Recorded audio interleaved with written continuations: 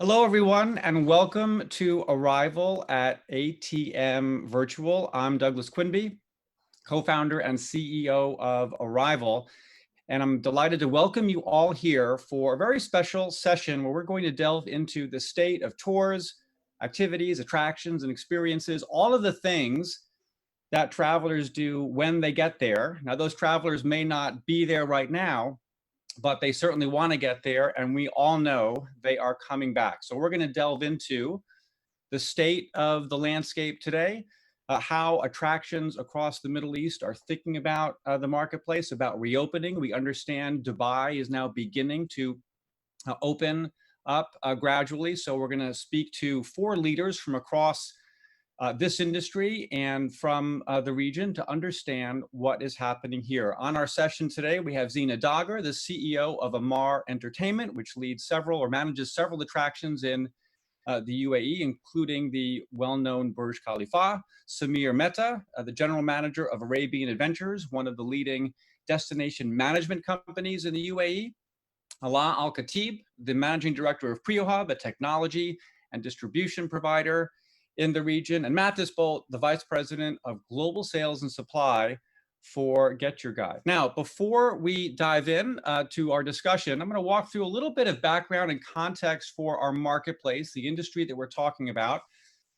Now, we'll be speaking for about an hour. Please feel free to ask questions anytime. We will take them as they come in. And as I understand from all of our speakers, everything is fair game. We have a wide-ranging discussion on the role of technology and distribution, reopening, and the future of our marketplace. So let's start first. I want to provide some context for the marketplace that we're talking about. I think when in travel and tourism, we all understand airlines, we all understand hotels and accommodation, but when we're talking about experiences, tours, activities, attractions, what exactly are we talking about? What is included in this market, and what are the big and the themes, the metrics that we need to understand for this sector? So over the past year, Arrival, we have undertaken a global study to understand the landscape. And I'm going to share just a couple of top line findings from this study. As part of this study, we've surveyed more than 7,000 tour, activity, and attraction operators around the world. We fielded this survey in 7 different languages and collected data on upwards of 1 million companies. And I'll share some of those very top line insights for all of you this afternoon. I want to take a moment to thank our partners for this study. There were actually more than 50, including some key organizations here that are involved in tours, activities, and attractions. And then we also had upwards of 40 fielding partners and translation partners that helped us reach upwards of 7,000 tour and attraction operators around the world. Now, it's very important to understand what exactly are we talking about with regards to tours and activities and the in-destination industry. As I said, there's tons of information about airlines and hotels. There's tons of research and media and conferences and all of that. However, what are we talking about with the in-destination industry? Well, in fact, it's not really an industry. It's actually a kind of umbrella term that represents hundreds of different industries or subsets within tours and activities and attractions. So we think of the segment in 3 broad buckets, which I've outlined here. So tours, activities, and attractions. But within each group, there are actually several different subgroups. And we'll delve into that a little bit more. But this gives you a sense of just how expansive and diverse this so-called industry actually is. So I'm going to walk through just a few key points just to get us all grounded on the state of tours, activities, and attractions. So first, the market is bigger than we thought. So in 2019, we sized the market at $254 billion in spend on experiences, on tours, on attraction tickets, on activities. So an extraordinary market. This makes it the 3rd largest sector in travel and tourism. It has also been one of the fastest growing. And I alluded earlier to just how diverse this industry is. So we've identified actually upwards of 130, almost 140 distinct categories, subsets of everything from food tours and walking tours to ghost tours and observatories and amusement parks and the most extraordinary kind of sites and world famous attractions, everything from the largest organizations in the world to small kind of individual mom and pop tour and activity operators. So an extraordinarily diverse, not just a community, but just a global industry of organizers, of operators that are providing experiences in destination. Now, so that's the state of 2019. But the big question for all of us, and which we'll be delving into with our speakers here, is, well, where do we go from here? Obviously, all of travel and tourism has experienced something, beyond extraordinary over the past several months with the global pandemic. So how do we even begin to think about, the future and approach a reopening? What does all of this mean for all of us? So I'm going to address this with three key questions. I'm going to start with the first two, which are really quite, obvious, right? So how long will the lockdown endure?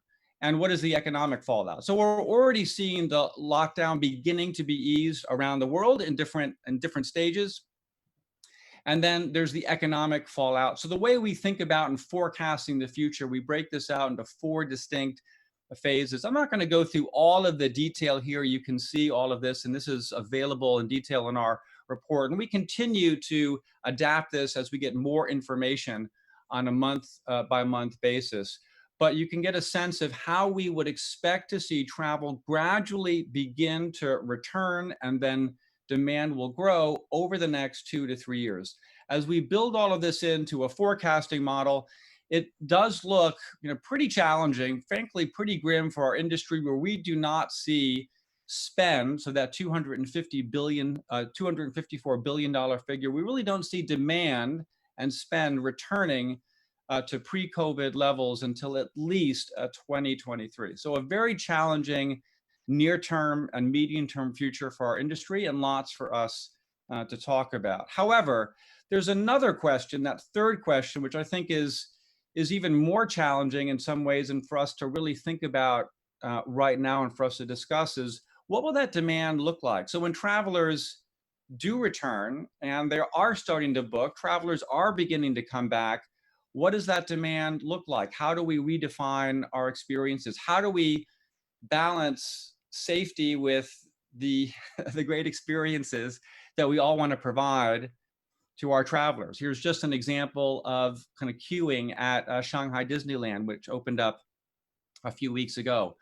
So everyone wearing masks and spaced at 6 feet apart. This just one example. So how do attractions, how do tour companies, how do we all incorporate some of these features and still make the experience extraordinary? So lots to discuss over the next 45 minutes or so with our speakers. Also, another really important point about this industry is the extraordinary diversity and long tail. Tours, activities, and attractions has been an extraordinary engine for economic growth and opportunity, not just for travel and tourism, but for local communities around the world. Just one example of a small tour operator in the UAE, Meet the Locals, founded by a local entrepreneur. They are just one of hundreds of thousands of examples. 86% of operators do less than $250,000 a year in gross sales. So this is just one of hundreds of thousands of examples of the kind of opportunity that this segment of tours and of travel has produced, not just for the industry, but for local economies and for entrepreneurs around the world. And it's so important for us as an industry to support this sector and to see it return. And then one last kind of theme I want to leave you all with as we delve into our discussion is, as we begin the rebound, digital matters more than ever. So when we look at what's happened from previous recessions, a couple of things really stand out. So first, and we're seeing this with a significant growth in unemployment around the world, and all of our pocketbooks, our wallets are a little bit thinner, a little bit lighter. We're all going to be a bit more price sensitive. We've seen this in previous recessions. Discounting, pricing becomes a very significant issue to spur the rebound. How do we approach this as an industry? And then the other factor here too is we also see from previous recessions that uh, online channels tended to outperform the rest of the market in travel. When travelers, they're looking for something, but they're very concerned about price, they tend to go online. They also tend to gravitate towards online aggregators that tend to drive kind of discounting or serve those price sensitive travelers. So what will this look like for our industry? And also, we're facing a very kind of different type of recession or recovery with this other factor, which is the pandemic, and lots of questions about safety and what the experience will look like. An expectation that travelers will be even doing more research online to understand what are the precautions that experienced operators are taking. Now, when we look at the distribution channel mix across different regions, as we delve into this discussion around the Middle East, from our research, we've seen that operators in the Middle East, their online channel sales, their performance tends to be well below what we see in other markets like the US and Europe, also in Asia and elsewhere. So operators, from our research, this indicates that they're a little bit behind in digitizing their business and being able to reach customers online, as well as working through online intermediaries. So is this a bigger challenge for operators across the Middle East as we go into our recovery? So just a few key findings, a few key learnings as we delve into our discussion with our speakers. There's a lot more about this research that's available at arrival.travel. So now we'll delve into our discussion here with our speakers, and I'm going to stop sharing the slides and bring all of you up so we can see all of you together. So first of all, welcome everyone to this session. We have lots to talk about. So I just maybe like to start first by just getting a very quick introduction from each of you on just your business and context, because we have an extraordinary diversity of organizations here. So, Alaa, I see you right to my right. So I'm gonna start with you. A very quick introduction on PrioHub. Sure, thanks, Douglas, and thank you for having me here. It's a pleasure to be on this panel.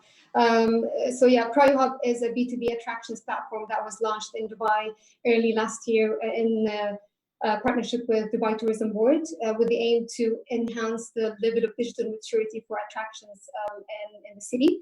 And we enable a seamless connectivity between resellers and operators of attractions, with multiple tools to distribute capacity, content, ticketing across multiple sales channels. So that's what we do. So you're kind of targeting this whole issue of connectivity and digitization in the region. So when I shared those figures about kind of where the Middle East stands versus other regions in terms of online kind of sales and penetration, I mean, how does that fit with your view of the market? So Middle East as an overall, from a consumer market, it's always been seen as a digitally advanced market, but also from an attractions perspective. I mean, the current crisis has certainly sped up the technology adoption across the world by a factor of 10 years. So I think businesses now, they realize that there is no place in the next 2 to 3 years for companies that's still operating with old business models, and you could see that from a lot of our interactions with the attractions now with the suppliers, is that they're all now on their journey of automating their processes, whether it's they're on the beginning of the journey or towards the end, maximizing their benefits, but definitely from an interest in this is it's becoming more and more critical for them to have it. So I want to put you on the spot since you posed this. So how would you summarize where attractions and operators are across the region in terms of their journey? Are we leaning towards the beginning, towards the middle, or a bit more towards the end? I would say towards the middle. They're definitely, so we have like 3 different categories, I think, across in the space. So you have the fully digital attractions where they have fully automated all aspects of their business. They're maximizing the benefits to themselves and their customers. And these are the ones who will be the quickest to maximize the distribution the moment that travel restarts. And then majority of the business is really on the,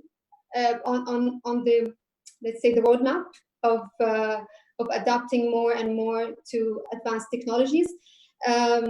And very few that you will see that are still resistant to digital to use of the digital technology. And as I mentioned, we've seen over the last few years a very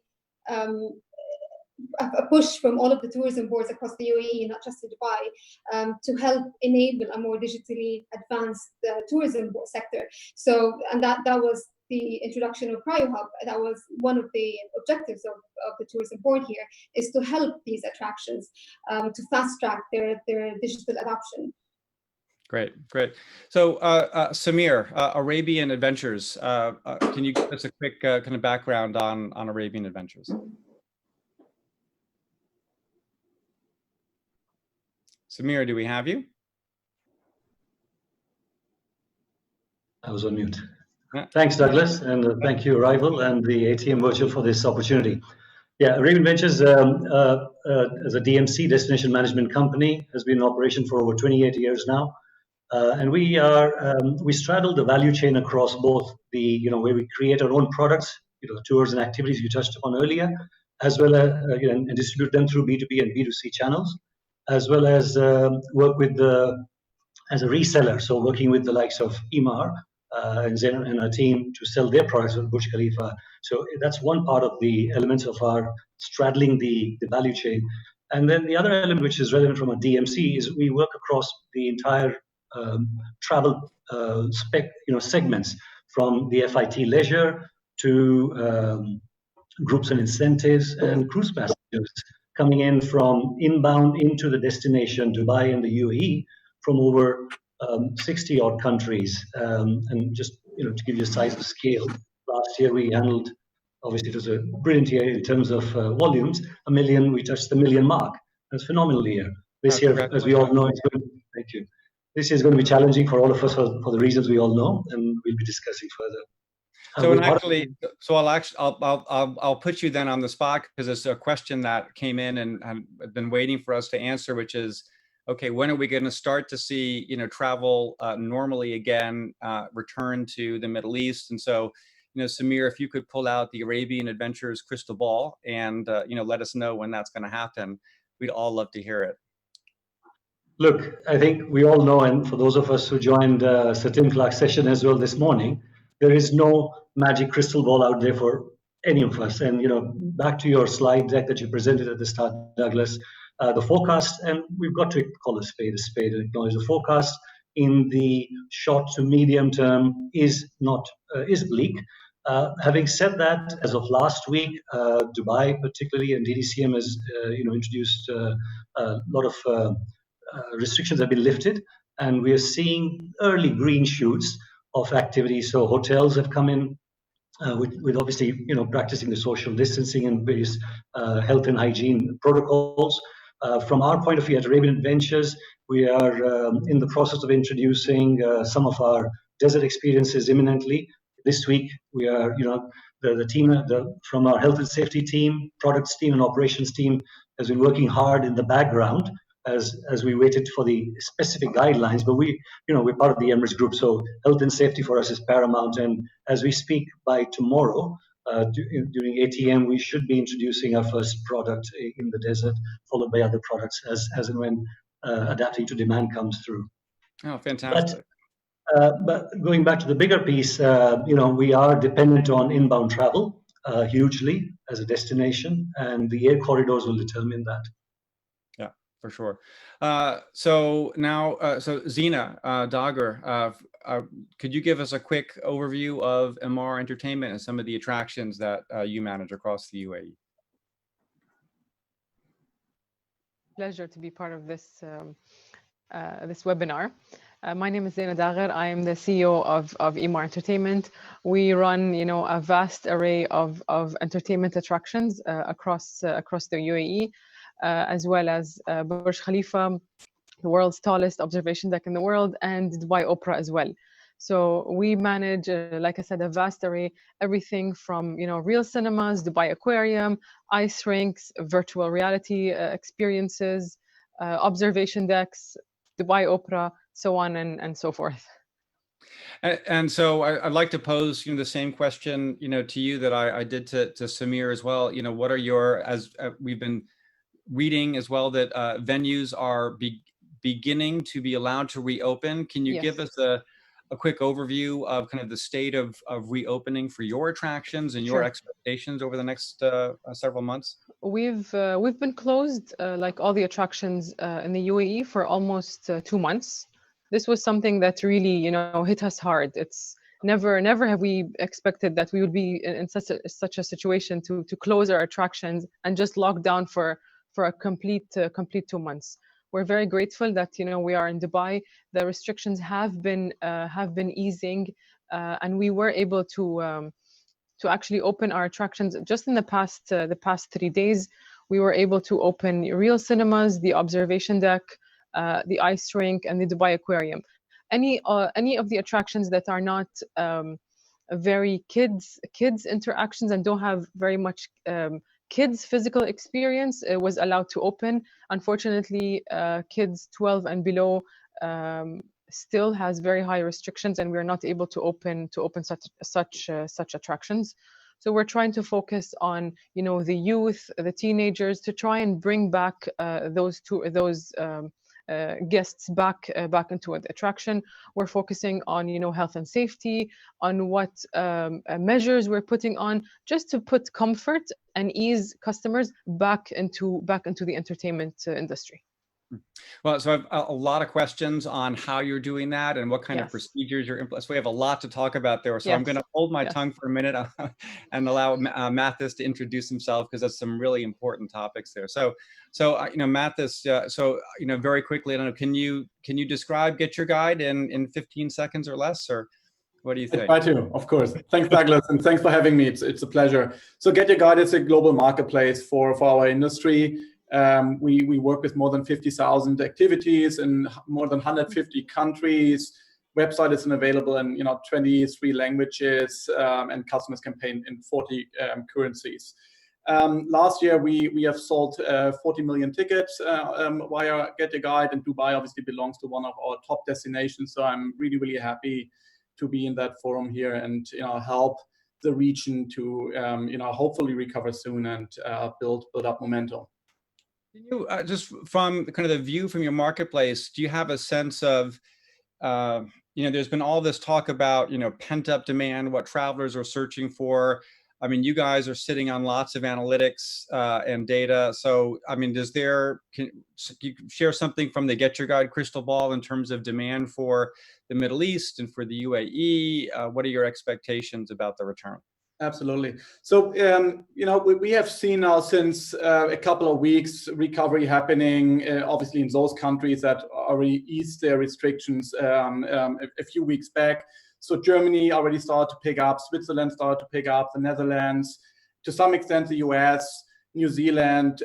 We see early recovery in Australia, unfortunately not in the UK, Spain, and Italy yet. Middle East and Dubai in particular just opened up last week, unfortunately not with a lot of notice. So we had to really quickly respond to it and make sure that we can help our partners to now start driving demand. What we see throughout all corridors is that customers prefer to do more domestic travel. Obviously you can't really fly anywhere, so that makes sense. They still avoid to some extent the larger cities and more go to the tier 2, tier 3 destinations. And we see in the data that customers now go and book to a high extent their leisure vacations domestically. So those destinations have a much higher cruise share this year than already last year. So the good news here is I think customers still want to travel. But obviously they are cautious, and I think our responsibility now is in the first place to notice everyone what is open and what does it look like to experience these places, and then obviously ramping up the marketing. Dubai, just coming back to Dubai, if we would have that webinar on last Friday, we wouldn't have seen any bookings. Now over the weekends we have seen bookings coming up again. It's domestic, but I think that's promising that once a city or region opens up, that the demand then follows. Also, To put it in relation, it's still minimal, but there's light end of the tunnel. So I want to talk a bit about how we open up. How do we return in this environment where we have to balance, safety with experiences? It's, to put it very starkly, when any traveler, when you're choosing to travel, when you're choosing to attend an event with other people, you are taking on, there's a risk that, has suddenly become a part of everything that we do. We go to the grocery store, we take our kids to school, or we don't. Everything that we touch, everything that we interact with, suddenly has got this cloud of a risk around us. So Zina, I'd like to come back to you. How are you approaching this operationally at your attractions? And I think there's a couple of elements, like operationally, what are you doing in terms of things like, was it social distancing, sanitation, or other things? And then also, how are you, how do you communicate? How do you message this in a way that doesn't turn off travelers, like, no, I'll just stay home and do a Zoom call instead? That's very good question, Douglas. I think we were approaching it in two different phases, or two different stages. First of all, during closure, we suddenly closed. We were informed with a 1-day notice that the next day attractions have to be closed immediately. So it put us in a very tight situation on how do we communicate to the customer, how do we engage this to the customer. So that was a little bit of a difficult situation for us until we closed. And then, like I said, we were in a closure period of 2 months. It was very important for us during this closure to stay engaged with the customer. We needed to constantly go back to the customer, stay engaged with them, connect with them on social media, connect with them through different activities, just to stay, to keep us reminded to the customer. We can't close, customer forgets us, the cinemas are closed, the attractions are closed. No, that's not what we did at all. We were doing weekly engagements on social media, weekly competitions, weekly giveaways. So we're always in the mind of the customer. We reminded them, to give you example of moments, amazing moments that they used to have when they visited the observation deck, or when they used to visit the cinema. We needed them to miss it. We needed them to say, as soon as such attractions are open, this is the first thing that I'm going to do. So during closure, we had this constant engagement with the customer, which is very important to maintain this engagement. So this was going on for almost a period of 2 months. Suddenly, like Matthias was saying, the authorities did give us a very short notice to open, but we were prepared for it. We were preparing for it since the day that we closed. To be very honest, we were just waiting for the day for us to be open. We were working with our health and safety team. We were working with the authorities just to make sure that we meet all the regulations that have to be in place in terms of social distancing, in terms of messaging and stickers, for example, on the floor, in terms of constant sanitization and constant cleaning. So when the customer comes in, they actually visualize and see what is happening. The funny thing is with our attractions is it was always for us to have standard quality, for our cleaners not to be seen. Our attraction had to be spotless, yet the cleaners were not allowed to be seen. Funny thing is, now it's the complete opposite. We have to have our cleaners in our attraction at all times. We have to have the sanitization machines at all times. This will give comfort to the guest, and this was the message that we wanted to give. Going back to communication, social media, and marketing, this was a very big and important aspect for us on how are we communicating visually to the customer. Come back to the attraction. Our attraction is safe. Our attraction is clean. So this was the main message for us. So Samir, for Arabian Adventures, for your experiences, and we have a question here actually about group travel and the future of that. How do you organize tours and group experiences with social distancing guidelines and just this concern, right? Again, this kind of this cloud of health and safety. So we, in a sense, did not or do not have the same comfort to some extent Zaina has, because you're dealing with the physical structure. It allows you to be prepared on the spot relatively more easier, as opposed to moving piece, whether it's a vehicle in the desert or a group movement from the airport. And we do have to wait for, whilst we were preparing, we did have to wait for blessing and sign off from the tourism authorities, whether in Dubai or Abu Dhabi, as the case may be. So we have to, as we progress now, over the course of last week, we've got clarity. We had some scenario planning at our end, but now we've got explicit clarity in terms of what the expectations are, how many people we can fit in, in a vehicle, if they're traveling by themselves, or if they're as a family, it can be to 5 people. That same approach we are taking, Douglas, back to your question on group travel. As we get more clarity, we can model multiple scenarios, but we have to ensure that they are aligned with the government authorities, both from the Ministry of Health as well as the Tourism Board. So I want to work very closely with them to align ourselves. So a follow-up to both you and to Zina. So, and I think this is something that operators around the world are struggling with is, to use a kind of a generic example, I think in the case of a tour group, or if I run a tour, I know that at a certain point I hit break even. So if I have a 12-person tour, I know okay, I need to have 7 people on that tour to make money. I've got a bus of this size and all of that. Now, suddenly, I can't put 12 people on the bus. I can only put 6 people on the bus. And I think the same applies to attractions. Suddenly, I can only operate at 30 or 35% capacity, as we're hearing, for example, in China and other attractions around the world.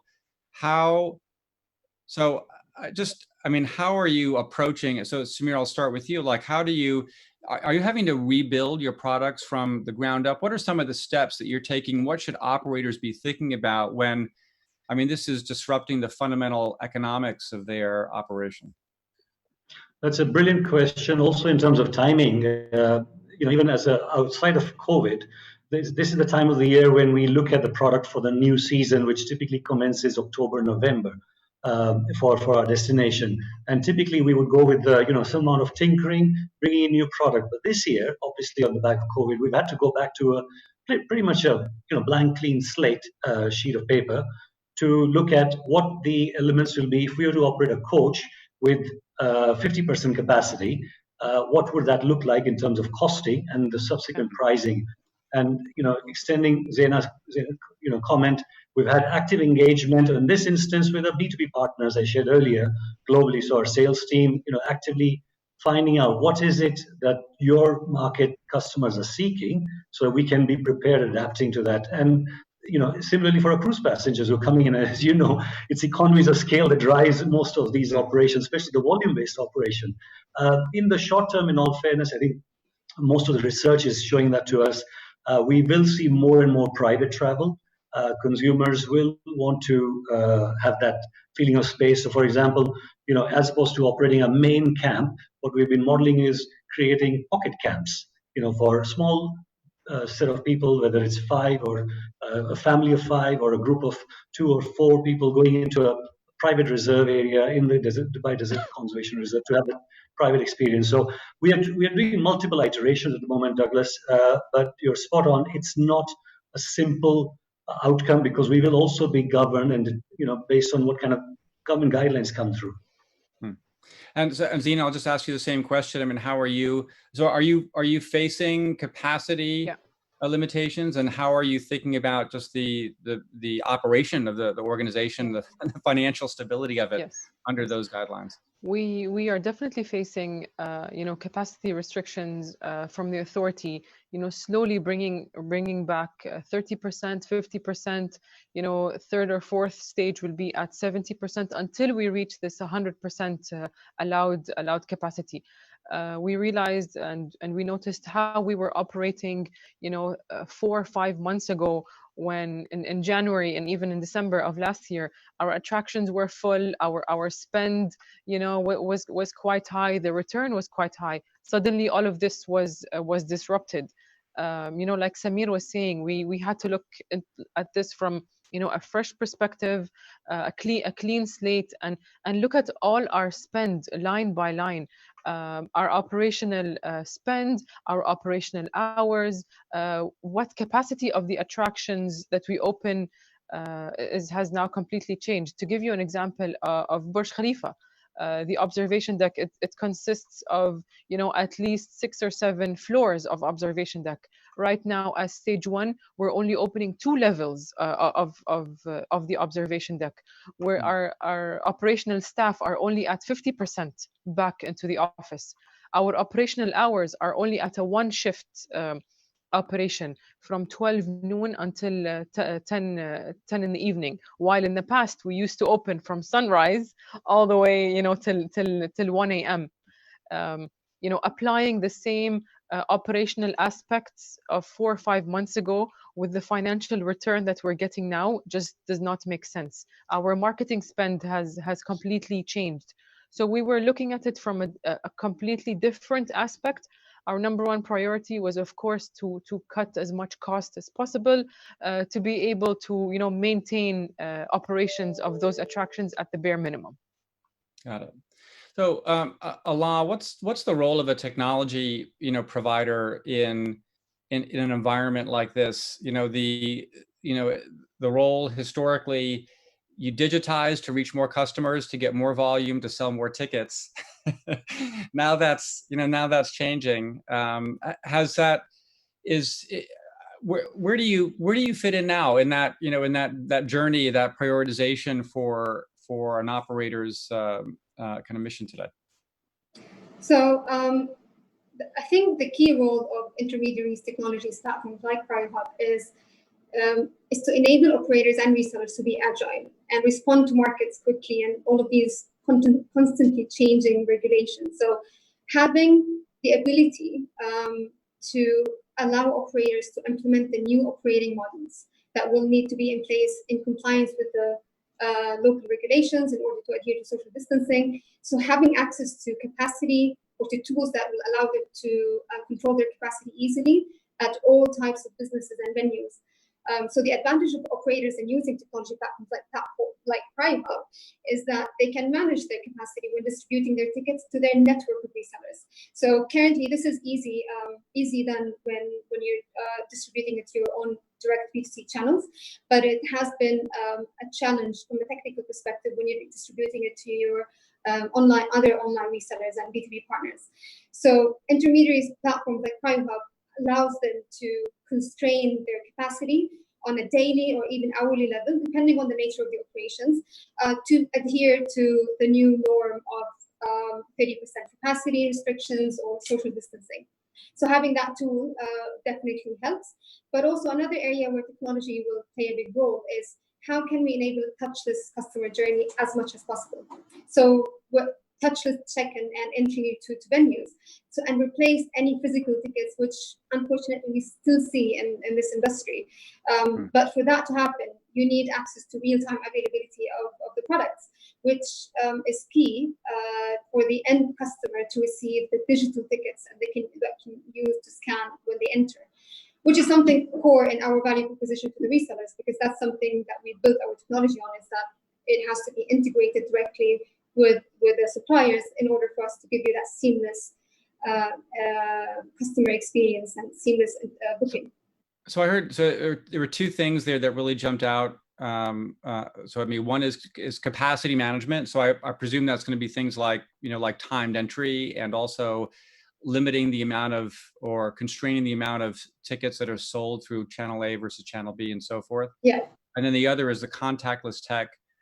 So just a quick, like a follow-up to you, Zina, on this, is that, so are you, in this environment, are you still issuing paper tickets, or does everything have to be contactless for all of your attractions? No, right now we are still issuing physical tickets, but we're definitely, encouraging customers to book online, keep their reference number on their phones, no need to print anything, and just, show it to us, we scan it, and you're allowed to get in. Anything within the attraction, we're encouraging, like Ala was saying, as little physical touch as possible. This is the way that we're moving towards.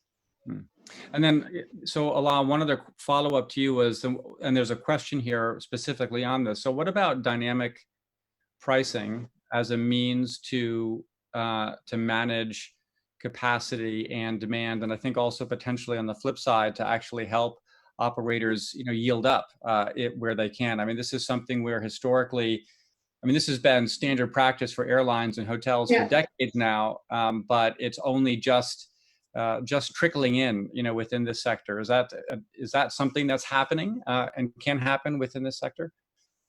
I'm not aware that if it's currently happening. The technology can definitely enable it, but you're absolutely right. I mean, the whole concept of yield management has always been there for the airline industry, but that was because you had limited capacity on aircraft. So you had to manage your inventory based on your demand and higher yields when you have lower capacity, which unfortunately is what we are seeing now with the new regulations in place. So if you only allowed to open 30% of your capacity, so you might want to start introducing different rates, whether it's different rates for flexible. So if so far I haven't actually seen this, but it's definitely some suppliers are open to this idea of introducing a flexi and a restricted rate.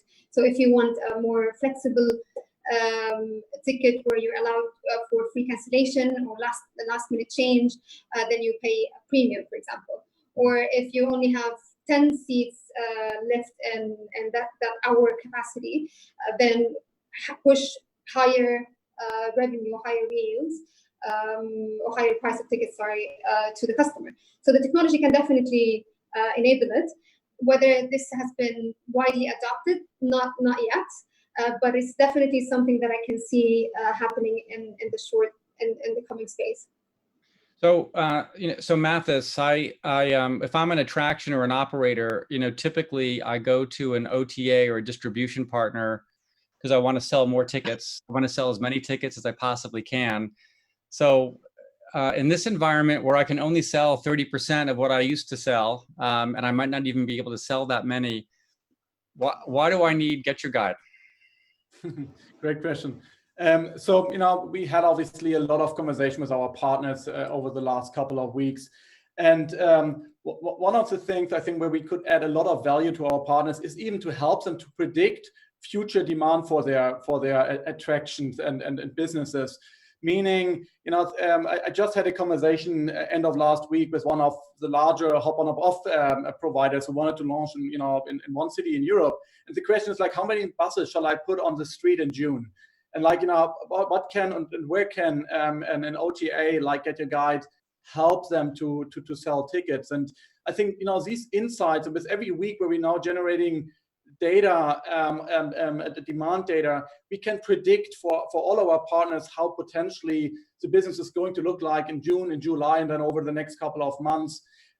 We see already, and that's quite interesting, customers, as I said earlier, to book currently, domestic, so more short haul. But when you look more into August, September, where most likely, the most airlines already started to operate, people already start booking now intra-Euro and intra-US, which is quite promising. And we see small, but still the first bookings coming in for 350 days out. And those are really long haul travel, like Australia to South America. So people want to return back to travel. And I think that is something where we can help. Secondly, technology. It was just mentioned by Ala. Dynamic pricing. We were one of the first OTAs that offered and launched dynamic pricing to our industry, and we have now many attractions already adapting to it. Crowd management, digital ticketing, even things like offering an audio guide digitally through our app is something we're currently working on, as based on all the quantitative and qualitative research we have done. Customers are very concerned, in particular when it comes to something like an audio guide. They would never really go and pick it up physically, and if so, then they want to see that that the staff has really cleaned it and sanitized it in front of them. I think now this crisis is accelerating really the technology, and we are, I think, one of the leading partners in that segment.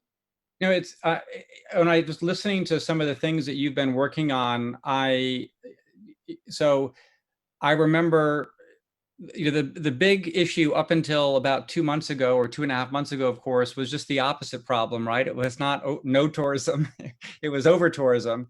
And the big topics was, how do we as an industry address this?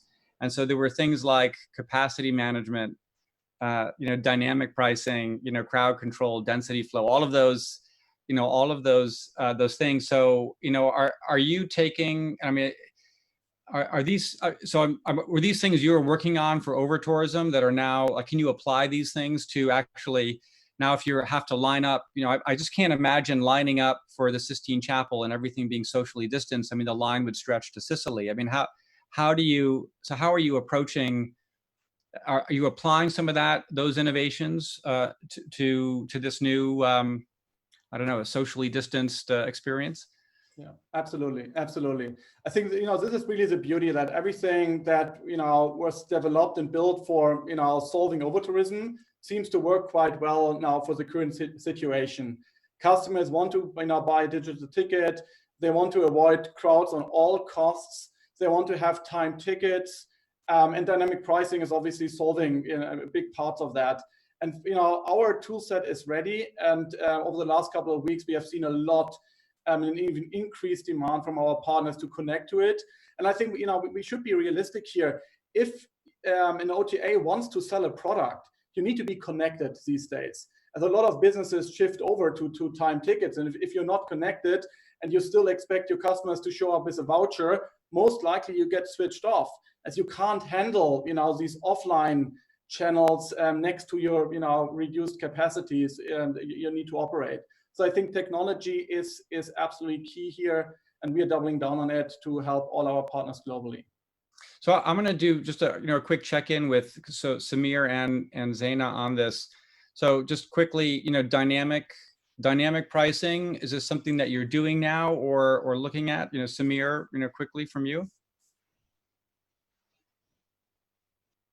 Samir, I think you're on mute. You have to unmute. Thank you. Thank you.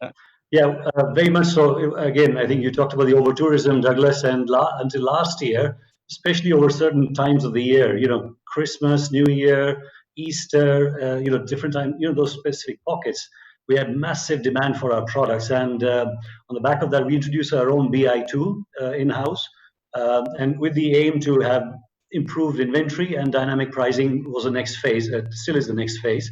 But it's very topical, and you know, I concur with Matt's comment. The fact that we should be able to collectively adapt and almost pivot to using the over tourism element for the new norm, which is going to be socially distancing tourism.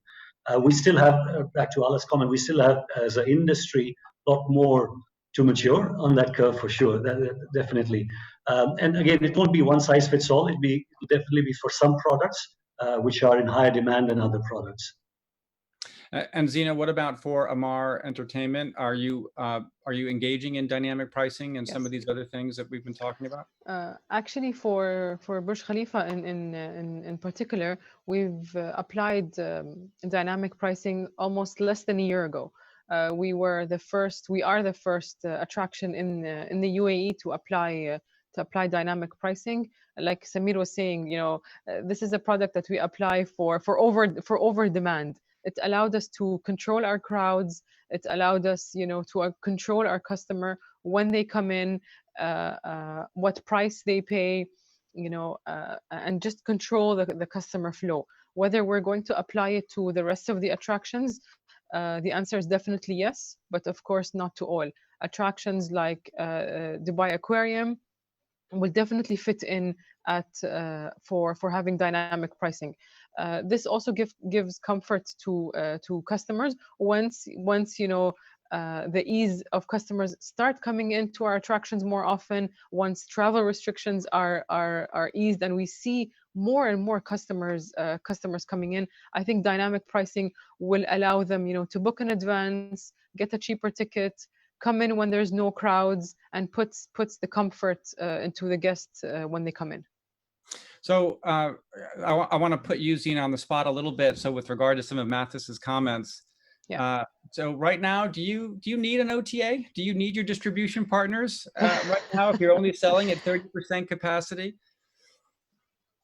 Yes, yes, we do. Matthias, yes, we do. Yes, yes, we do. You know, when is travel going to come back? In the short term, maybe not. In the long term, I think it will definitely come back. Will it come back at the same pace or at the same norm that we are used to? I don't think so. But this is where, you know, OTAs come in with their innovation, their technology. This is where we, you know, leading entertainment providers work with leading travel and ticket providers, where we come in, you know, and bring in the customer into our attractions together, bring in new technologies, new pricing formats, new customer journeys, to allow both our revenues to increase, to allow return customers to come in. So do we need OTAs? Yes, we do. You know, they go out to travel, they go out to industries that we can't reach to, maybe right now at 30% capacity with travel restrictions. uh, we don't work very much with OTAs, but in the near future and in long future, they are the ones that go out to industries that and countries where we are not able to reach to. They are the ones, you know, that come in with the new technologies to bring in new customers. And so the answer is yes, yes, we definitely do. So, you know, Alaa, at PrioHub, you kind of sit in the middle of this marketplace. How do you, this has still got to change the dynamic of the relationship between distribution and supply. And it's a very interesting one in this industry, right? Because, for example, there's only one Burj Khalifa. There's only one Eiffel Tower. There's only one Walt Disney World. However, there are hundreds of thousands of small tour operators all over the world. So there's like the negotiating table is completely different, depending upon the operator that's sitting there. How does this? I mean, this whole situation from over tourism to no tourism now to a small amount of tourism. How is this? How do you predict this will change just those negotiating dynamics for operators at the top end, but also at the bottom end?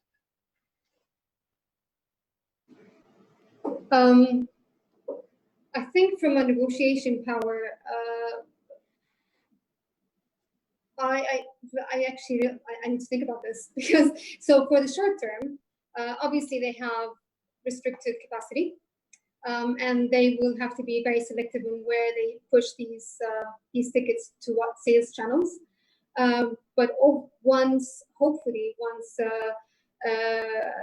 international travel recovers, I think that's when all of us as an industry, we need to start working more collectively to, one, enhance or gain that trust, or the trust of the travelers again, and also try and not just think of cost or the price of the ticket, because we need to start pushing more or show customers what value add they're going to get from that additional fee that they'll pay. So it's actually be transparent with the customer, and now we're working extensively behind the scenes in order to create that transparency from the suppliers to the customers of what safety measures we have in place, what new regulations and restrictions to expect, because customers are concerned and they want someone to reassure them that people or the operators are putting their safety first. So having that transparency between the operator and the resellers and the end customer is key to rebuild that trust. And as I said, as an industry, if you want to reboot the demand, we will have to think beyond just a price point and see how we can add more value to the customer, value for their money. Has this changed the situation? Has it changed operator demand for distribution? I would imagine you'd see some acceleration, like, well, I need to get any customers from wherever I can once things reopen. I would expect that in this type of environment that operators would want more channels and more demand. Absolutely, yeah. So as Zaina said, we definitely need OTAs. So that's not, if it's not the time for us to say, no, we're going to rely on direct channels, we will need to maximize our distribution, or the distribution of the operators, as much as possible in order for us to gain that demand again. So yes, there's definitely demand for that. But one of the challenges that we have seen, like when you mentioned about dynamic pricing, even though we see big attractions applying that dynamic pricing because their technology enables that, but the other attractions, majority of the other attractions, one, their technology doesn't enable it, and if it does, then there's a disconnect between them and the OTAs. So CryoHub platforms, or platforms like CryoHub, bridges that gap. So we enable that dynamic pricing to actually flow through, as opposed to now. That's one of the key challenges that we have faced so far in introducing dynamic pricing, because it depends also on what the definition of dynamic pricing is. Is it a real-time dynamic pricing? Every time you search for a ticket, then you get a new price, like airlines? Or is it seasonal pricing, which is some way of a dynamic pricing, but more easily managed? So that's, I think, what we need to have, that help these smaller operators to introduce these high-tech or new functionalities to help them distribute more efficiently. Samir, at Arabian Adventures, has this situation, are you reevaluating your distribution strategy as a result? How are you approaching your distribution partners today? We would look at continuing complementing the entire value chain based on some of the things that the others in the panel have talked about. The OTAs help us provide meaningful distribution in certain markets or through certain demographics. Their reach is different. We have our own channels, obviously, but I think one of the key differentiators for all of us collectively is going to be win-win proposition. Moving away purely from a commission or aggressive commission basis to more of a win-win, where the customer ultimately will make the choice of the product. But how do we collectively arrive at a win-win situation where the OTA wins and the operator wins by showcasing the best best of the product, health and safety, and all the other elements that we talk about. So in the short to medium and forward term as well, the long-term partnerships in this will continue to play a key role. So Mathis, I think that Samir was very diplomatically asking you guys to rethink your commission policies. So can I get a response from you? How much are you going to bring commissions down as travel returns? So look, we are at the moment investing obviously into the recovery, and I guess everyone on that call now needs more customer than ever. And I think that is, where we see our value proposition and where we are doubling down on. In addition, I think an OTA shouldn't only be seen as a ticket reseller, but as a business partner who can, provide the businesses with a lot of insights, data, and knowledge on, how the recovery is going to happen. As a brainstorming partner, how technology can enhance the customer experience, and this is like where we feel we're adding value beyond how much commission we are charging. So we have a great question here from Kelvin Morabu of Big Bus, who's asking about cancellation policies and refunds, and I think that's a great question actually for all of you. We just have a couple of minutes left, so I'd just like to maybe go down, because this is something that, I mean, every organization in travel and experiences is having to deal with. So Mathis, how are you approaching cancellations and refunds going forward? Yeah, so we see very clear trends that customers prefer to book as flexible as possible. We see that a lot of our partners now adapting to it. Also, the majority were already on our standard, which is 24 hours. We recommend to all partners to adapt to that 24 hours. And then when it comes to refund, obviously what is within the cancellation policy gets refunded, which is outside of it. During the COVID period, we took the costs and refunded the customers, and then had a conversation with our partners afterwards. we believe, this is a moment where we need to be customer first, and doubling down on customer satisfaction and cancellation policy is part of that. And Zina, how are you approaching, cancellation and refund policies? Has this whole situation changed how Amar Entertainment approaches this? Yes, just adding to what Matthias was saying, it was spot on. We have to be, customer first. We always were, we always are, but now I think we have to double and triple on that phrase of customer first. Of course, during our closure, we definitely honored and will honor any refund, any cancellation during our closure. But how we're taking it is we're taking it case to case. We want to partner with the customer. We want to show them that we want the customer back. We are loyal together, but we are taking it on a case to case basis. Right, and Samir, I'll close with you. We're at the top of the hour, but changes to refunds and cancellations, has this made you kind of rethink how you approach this? Pretty much in line with the rest of the panel. Customer comes first, has always been at the forefront, in our DNA. And we're all mindful of the uncertainty that customers are experiencing, consumers are experiencing with travel.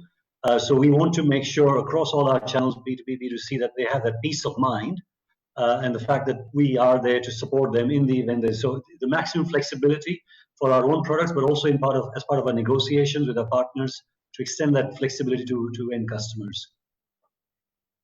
Great. Well, I just sense from this and from some of the questions that have come in that we could go on for another hour. Unfortunately, the good folks at ATM have to move on to the next part of the program. So I want to thank you all, so much, all of our attendees. I want to thank the organization at Reed Exhibitions and ATM for the opportunity to bring tours, activities, and attractions onto their main stage. And to Mathis, Samir, Zina, and Ala, thank you all very much for sharing your insights. And I really look forward to repeating this panel next year at ATM live in person. Shaking your hands in Dubai. So thank you all very much, and to all of our attendees. Thank you. Thank you very much. Thanks a lot. Thank you, Thank you all. Thank you, everybody. Thank you all. Thanks.